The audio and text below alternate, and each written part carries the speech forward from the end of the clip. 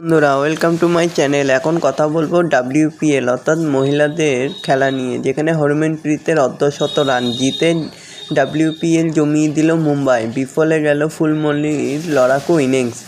Women's premier league যেখানে জমিয়ে দিল এই মুম্বাই ইন্ডিয়ান্স। সোমবার গুজরাট জায়েন্টসকে 9 রানে হারিয়ে দিল তারা, জিতে উঠল এখন দ্বিতীয় স্থানে। তো বন্ধুরা, এরকমই সব খেলার খবর জানতে হলে চ্যানেলটিকে অতি শীঘ্রই লাইক, কমেন্ট, সাবস্ক্রাইব করতে ভুলো না। আর বন্ধুদের মধ্যে প্রচুর পরিমাণে শেয়ার করে দাও, যাতে আমার 4000 ঘন্টা ওয়াচ টাইম খুব শীঘ্রই পূর্ণ হয়ে যায়।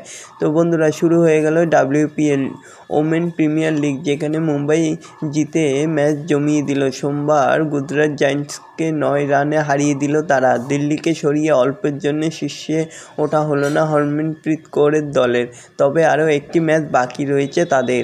তো দেখা যাক সেই ম্যাচে কি করতে পারে মুম্বাই ইন্ডিয়ান্স।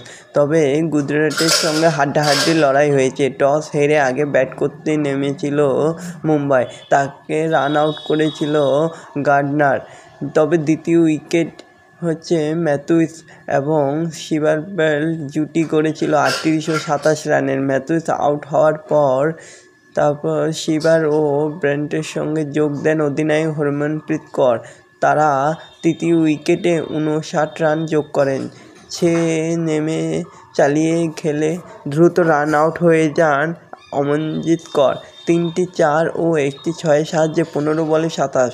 জবাবে উল্টো দিকে গুজরাটও একের পর এক উইকেট হারাতে থাকে। কেউ ক্রিজে এসে থিত হতে পারছিল না। পরপর ফিরে যাচ্ছিল বেদমনি, কাশি গৌতম, গার্ডনাররা। গুজরাটের হয়ে যিনি ধারাবাহিক ভালো খেলেছেন সে হরলিন দেওলও বেশি রান করতে পারেননি। 24 রানের মধ্যে আউট হয়ে যায়। এক সময় 70 রানে 5 উইকেট পড়ে গিয়েছিল গুজরাটে। সেখানে খেলা ঘুরিয়ে দেয় ভারতী ফুলমালি। শুরু থেকেই তিনি বিধ্বংসী মেজাজে খেলেছিল। মুম্বাই এক বোলারকে দাঁড়াতেই দিচ্ছিল না। একের পর এক বল মাঠের বাইরে গিয়ে পড়ছিল, কিন্তু শেষ পর্যন্ত থাকলে হয়তো ম্যাচটা জিততে পারত। তবে 8টি 4 ও 4টি 6-এর সাহায্যে 25 বলে 61 রান করে পরে আউট হয়ে যায়। ফুলমণি ক্যাচ দেন জি কমলিনীর হাতে। শেষ ওভারের দরকার গুজরাটের ছিল মাত্র 13 রান।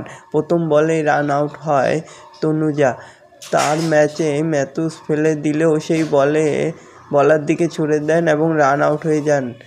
তবে শেষ পর্যন্ত গুজরাট লড়াই করেও শেষ পর্যন্ত জিততে পারল না। তবে যাই হোক, মুম্বাই ইন্ডিয়ান্স জিতে ম্যাচ পুরো ঘুরিয়ে দিয়েছে। এরকমই সব খেলার খবর প্রতিনিয়ত জানতে হলে চ্যানেলটিকে অতি শীঘ্রই লাইক, কমেন্ট, সাবস্ক্রাইব করতে ভুলো না। আর বন্ধুদের মধ্যে প্রচুর পরিমাণে শেয়ার করে দাও, যাতে আমার 4000 ঘন্টা ওয়াচ টাইম খুব শীঘ্রই পূর্ণ হয়ে যায়।